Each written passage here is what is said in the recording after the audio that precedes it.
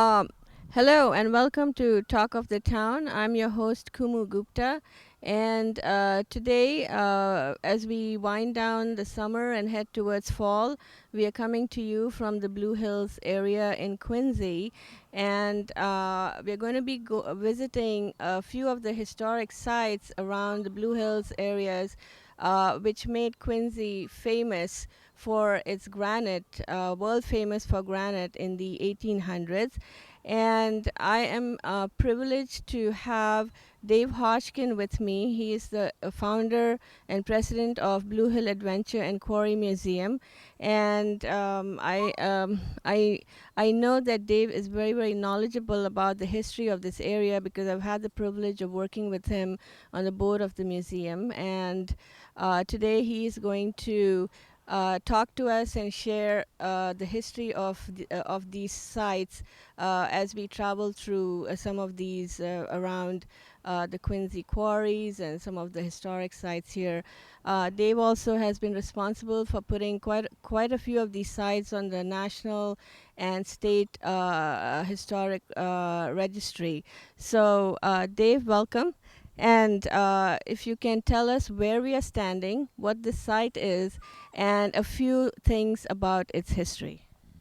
Hi, welcome to Bunker Hill Quarries area. This is the start of the first commercial railroad in 1826. And what you're looking at here is where the railroad started.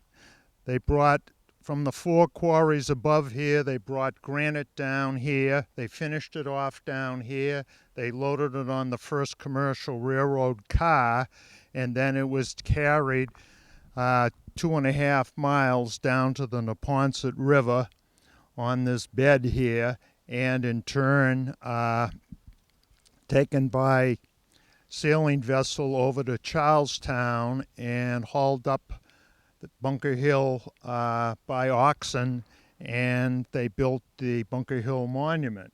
It took about 8 years to build that monument, and basically Solomon Willard was the architect. Gridley Bryant was the engineer who basically built the railroad to bring people to this site and haul granite from this site down to the Neponset River.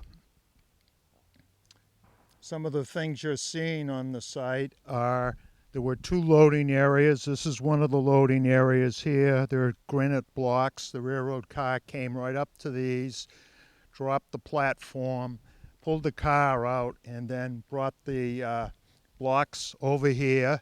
The cutting shed was over in this area where they did the finish work, and Gridley Bryant's office building was over there where he had the plans of building the monument.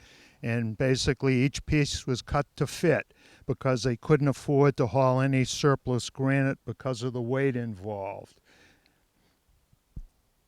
Looking down at the end there was a wooden trestle at the end that went across the wetland area to the other side and continued down parallel to the Southeast Expressway to the Neponset River and Gulliver's Creek. The second platform is located over there where you see the two granite blocks on the ground. That was another loading area. They had as many as 5 railroad cars, to possibly 7, that they used to haul the granite the 2.5 miles to the Neponset River. And off to the far right there is where the blacksmith shop was, and the blacksmith shop was basically used to maintain the tools for the stone cutters, keeping them sharp, and to maintain the railroad cars.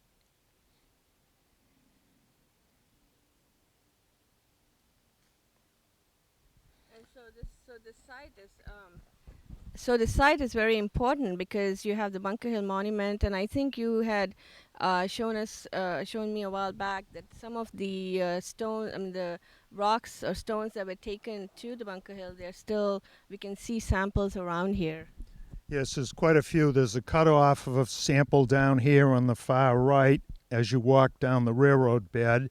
And then over here behind us is where the timber run is, where they slid granite down and took it from the site and loaded it on the railroad car, and it collapsed at one point, and they had to build another timber run. So there are actually two bases of timber runs over here, and there's a piece of a Bunker Hill step there that's split in half that was rejected straight ahead.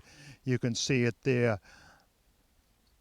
That was one of the original steps. Of course, it was never brought into Boston because basically, or Charlestown, because it split. And granite is known to fracture fairly easily, and that's basically what happens if you drop it or you hit it too hard. It will break. And then with the big Boston fire they had, granite literally melted over the arches of the doors and windows because of the tremendous heat involved when they had the big Boston fire. All right, so that was a very interesting history and a good place to kick off our tour of historic Quincy and historic Quincy quarries. And we will meet you at the next site. So here we are now at our second site up on Risudi Drive in Quincy, and it's the Schwingles Quarry.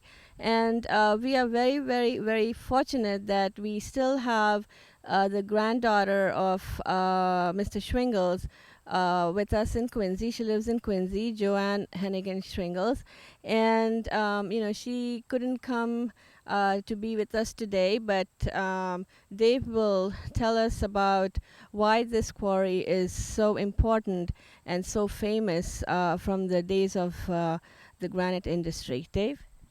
Thank you very much.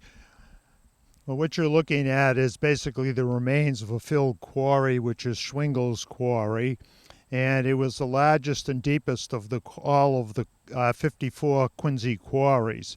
Off on the left here in the northeast corner was the deepest part of the quarry, and some workmen worked in that for a number of years in that corner until a big chunk of boulder came down and unfortunately killed the quarrymen. And it operated during the Second World War as well, because the granite taken out of this quarry had three shades of granite, and it was used for lathe beds in ships for making the tools that they needed. And it was an important source of granite for building in this area. Nearby, right behind us, is the quarry footpath that runs from the Bunker Hill Quarry all the way over to the Lyons Turning Mill and over to Granite Links. It runs up the ridge here and along the edge. And it's a nice 6-mile tour over to Sawcut Notch and back to St. Moritz, where it starts at the end of the Skyline footpath. At one time, there was a bridge over here that ran across so the workmen could get basically from one side of the quarry to the other, where they had their cranes that picked up the granite down in the bottom of the quarry and brought it up to the surface. It was dismantled and dropped into the quarry, so it's now buried under about 400 feet of material that was brought here from the Big Dig, basically slurry material. And the pond you see here is basically an artificial pond. Part of the wetland regulations in Massachusetts are that you have to replicate any water body, basically, and protect it. Future home for, we hope, the Quarry Museum is over just on the other side here at the back end of the parking lot. Is an ideal location because of the location of the Bunker Hill Quarry, the incline, Schwingles, Granite Railway, and it's not too far from the Lyons Turning Mill. Any questions?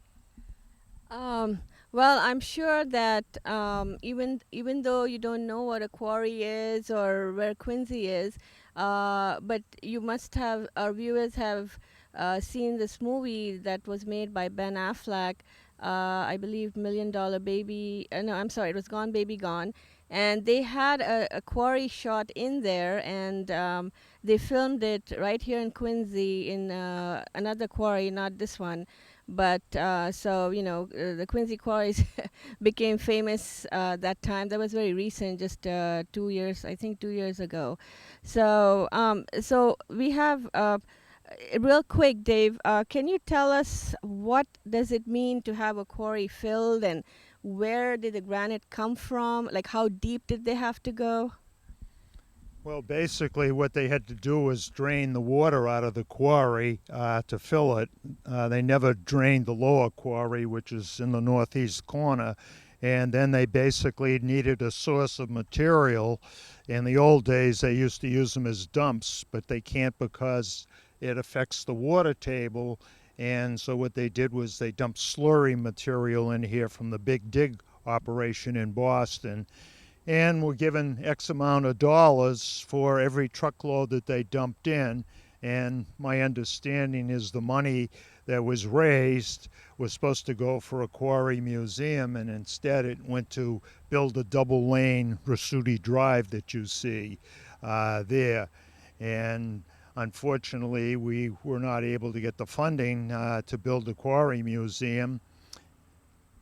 And at this point, we're hoping to get some of DCR's money because they were given money to fill Granite Railway Quarry, which is right next door here.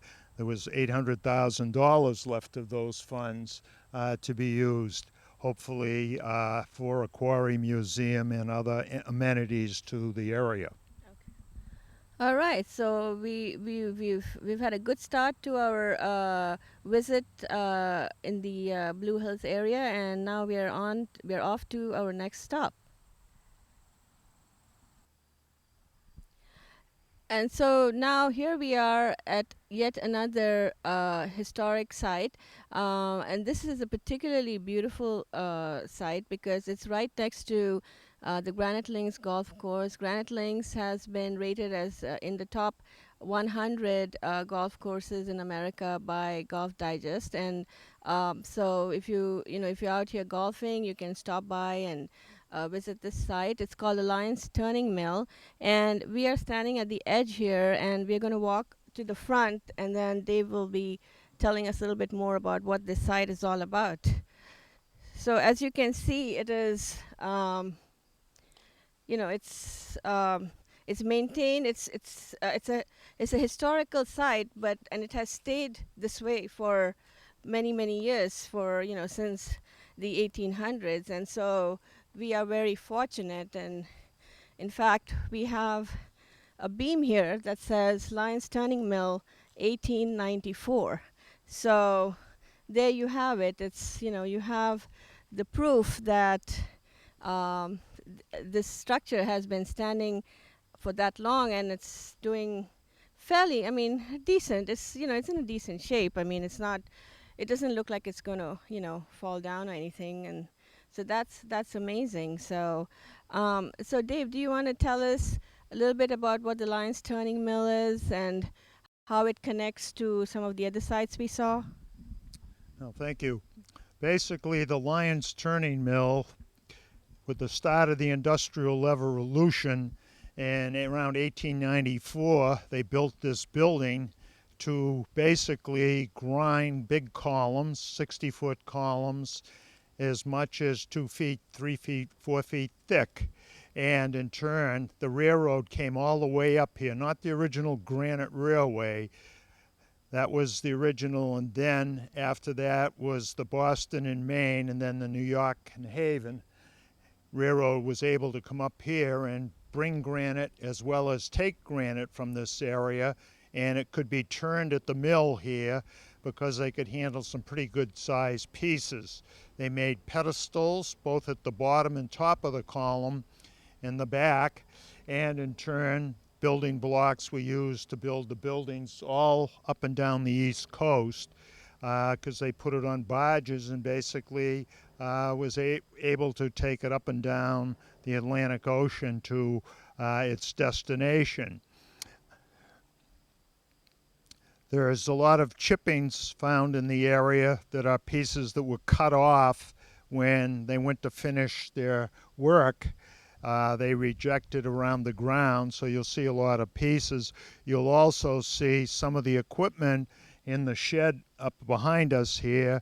There's a winch, and there's a number of other things. There's a pump that was used to pump water, and there's a cistern over in the far left-hand corner facing the mill, which is a deep hole which provided a stockpile of water, because when you had a mill, you had to have water to run it and use in the grinding process.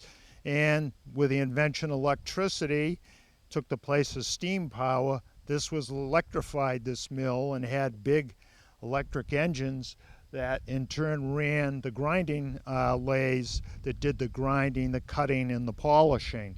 So they could handle some pretty good sized pieces here, and they had the equipment to do it. And it was one of the largest mills in Quincy, and as I say, they brought granite from all over. Behind me is a piece of marble, granite, I should say granite marble, were brought here to be ground. This particular column came from South Station when they were dismantling a portion of it. One of the quarry operators in Quincy salvaged it and donated it to Blue Hill Adventure and the Quarry Museum, and is on display here. And there's some slabs of Quincy granite here taken from a building that was dismantled that shows some of the Quincy dark, Quincy medium, and Quincy light. Those were the shades found in the quarries. Inside the mill, which we'll take a walk over to, you can see the bigger overhang on the wall, and in turn there was a big overhead winch that ran the length of the building, and in turn the winch picked up the raw blocks of granite, brought them in, and you can see some of the studs behind us here where the lathes sat that did the grinding and the work. On the other side of the wall, where you see the holes up there, the shafts that ran the machinery in the big leather belts, the powerhouse was on the other side of that, which ran the mill. So it was a pretty big operation here in its heyday, and it ran up until the late 30s. And the last few years of its operation, they in turn did tombstone work, and they ground balls like the one in front of City Hall were made at mills similar to this one. So it has quite a history, and as I say, the mill is on the state and national register. I put it on in 1980, and it's one of a number of historic sites in Quincy that we're visiting. Do you know why it's called Lion's Turning Mill? Any I would specific? assume it's because of the person who owned it, because you have the Lion's Turning Mill, and just at the far end you have the Lion's Quarry. So my guess is the owner was named Lyons and named it after himself, as typically the various quarries were named, like Schwingles was named after J.F. Schwingles. Right, right. All right. So we are halfway through our tour, and we are on to the next site. So please stay tuned. So we are here now, standing in front of of a site called the Railway Incline, and this is the site of the first commercial railroad in America. And again, we are so lucky that we have such rich history right here in Quincy. The Railway Incline is in the west part of Quincy. And again, here Dave can fill us in on how it's connected to the other history of the granite industry and the granites from Quincy. And this site is also on the National Historic it's a civil engineering landmark. And again, I believe Dave was also responsible for putting this site on the National Registry. So Dave, can you tell us a little more? Yeah, this is basically the feeder system to the railroad. The railway came in here and ran parallel to the Southeast Expressway. It stopped here and it picked granite up. After the Bunker Hill Monument was completed, they abandoned from here up to the Bunker Hill Quarry and continued the operation here with a granite railway. The incline were basically what you see here is a third of the original incline. The upper portions were dismantled when they built the Southeast Expressway, and in turn, they brought granite from granite railway quarries and other quarries down the incline. It was then loaded on the railroad, which came here at the base, and in turn taken down to Gulliver's Creek on the Neponset River and transferred around the world. Basically, what you see here is some of the old iron track that was used. The railroad car never ran down this or up this. What it was a car that had a flat bed at a 90-degree angle and two big wheels on the front and two small wheels on the back. And it was lowered by originally chain.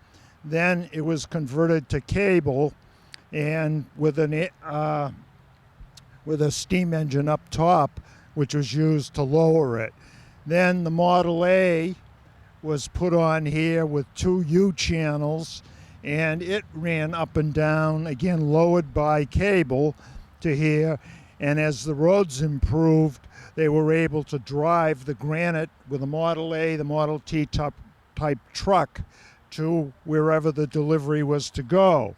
And of course, in mud season, the incline was invaluable, as was the railroad, and it continued until the Boston and Maine Railroad came in, and then the New York-New Haven Railroad, which were shippers up and down the East Coast of Quincy granite. And right behind us is a piece of the original granite rail there, and alongside is a 40-foot mast and boom. Those are the wooden ones that hung over the quarries or in the yards to move the granite from the wagons or the trucks to the ground.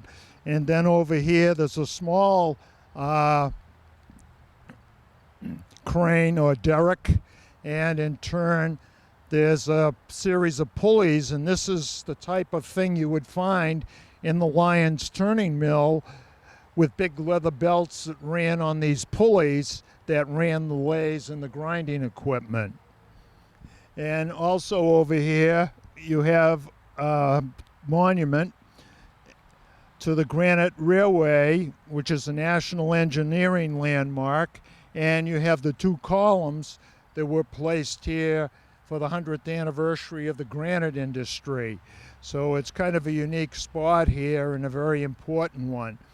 And you'll see on the ground under the wheel, you'll see a bull wheel. This was placed at the base, similar to the one that's over there on the mast. And this is how they were able to turn it to the right or to the left and move the granite around. Yeah, and you know, again, we go back to the 1800s. It reads on the plaque there behind us that work was begun April 1, 1826, and the completed railway was opened October 7, 1826. So we are going back a ways, and it's good to know that Quincy had a lot of history, and it contributed a lot to the world and to the United States. So now we are off to our next site. All right, so we are winding down our tour of the historic Blue Hills, and we are at a place which is my particular favorite because of being an engineer and with my background in material science and engineering. We are standing in front of the oldest iron furnace in America, And this goes back to the 1600s. And Dave, if you can tell us what it was used for, how long it was in use, and how did they come to choose this particular location to have this furnace? Well, this particular furnace was built in the 1600s, and it required two items. Water was one of the items, and the other is pig iron. And pig iron came from the bogs located along the coast. They smelted it here, in other words, heated it up, and then they took it to the forge shop, and the blacksmith basically pounded it to whatever shape he wanted. And it was essential because the wagons, the railroad car, all needed iron to hold them together from the rough terrain that they were hauling chunks of granite. So the pig iron furnace basically was essential to the granite industry and the building and development of Quincy.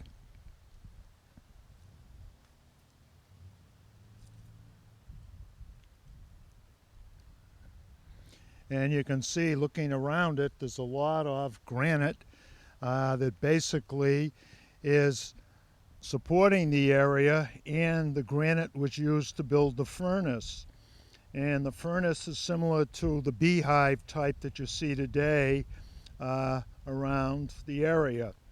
For example, if you go up to Saugus, you'll see the furnace up there. It's more rounded, but this is one of the early ones, and in turn provided the ideal way to melt down iron or pig iron and make it into usable metal for the railroad and the other industries in and around Quincy.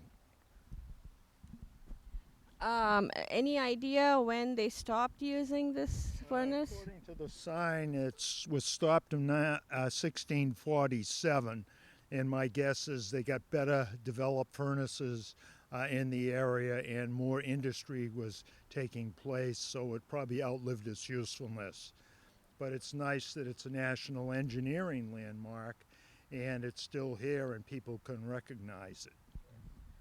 All right, so there you have it, the oldest iron furnace in America, and it's right here in the city of Quincy, the city of precedence. And now we head to our last historic site in the city of Quincy, connected to the granite industry.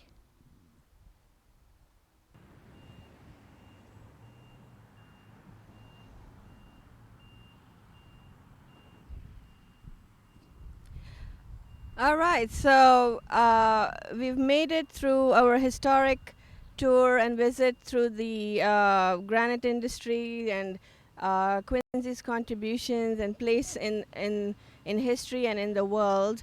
And this is our last location, and we are in a park called Shea Park, and this is, although it's the last stop, it's just as important, if not more, than all the other stops we've been to, because this park is a dedication to all the granite workers who worked in the quarries and helped with the monuments, and essentially are a big part of the history of Massachusetts, the history of America, and history of Quincy. And here we are standing in front of a statue of a monument of a granite worker, and it says, "In grateful memory of Quincy's granite workers whose talents and dedication have been recognized throughout the world," and it was dedicated October 10th, 1994. And what you will see also all around us are bricks that are in the memory of the stonecutters and the blacksmiths through the years who worked in the quarries, and these have been dedicated by their families and loved ones. And Dave, is what can you tell us about Shea Park? Well, Shea Park, I think, is probably one of the best memorials to the granite work industry. And I know I was here for its dedication because it shows the history and how it all ties together. And it was the thriving industry in Quincy, the granite industry and the shipbuilding industry. Those were the big companies that basically employed most of the Quincy residents and their support companies that they relied on in the granite industry. And when we go around here, if we come around here, we see that we see that some of the buildings and monuments that were made in Quincy, made from Quincy granite, and some of those are Quincy City Hall, United First Parish Church, Quincy. United First Parish Church is called the Church of Presidents because that's where John Adams, our founding father and the first president of the United States, the second president, and his son John Quincy Adams, the sixth U.S. president, and their families are, you see their crypts in there.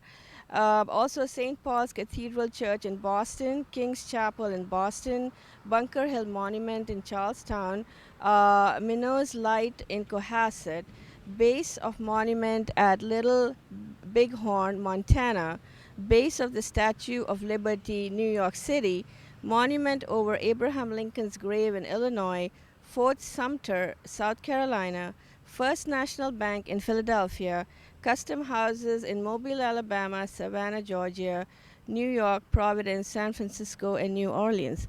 So you see that Quincy granite has made its way all over the country. And as I mentioned when we started the show, that Quincy was known as the world capital for granite till the 1800s. So this kind of tells a complete story of Quincy's place in U.S. history and world history for its granite and its granite workers and their contributions. And at one time, Life magazine did a photograph of some of the Quincy people and children jumping into the quarries. It was their cover picture, and I think we're still trying to find out, who some of those people were, because, they've all grown up now, and we're trying to identify those. Um, so. Uh, so as we wrap up, I'm going to be taking you to a beautiful spot that would bring a nice finish to our journey.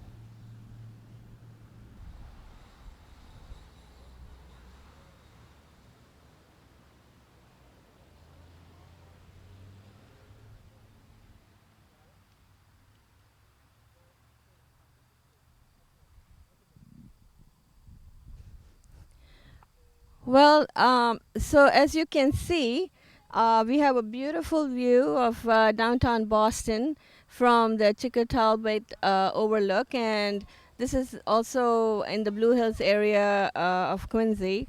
So please do stop by and enjoy the rich history of Quincy, the city of presidents, and enjoy the granite workers' heritage that they have left behind for us. And I hope that while we still have some warm weather left for a couple of weeks, if you can take some time and over the weekend and stop by these historic sites and enjoy some golf at the Granite Links, and I think you'll have a wonderful time. And if you'd like any more information, you can reach me at kumu@kumutv.com. Also, you can contact QATV if you'd like to leave a message for me. And until next time, au revoir.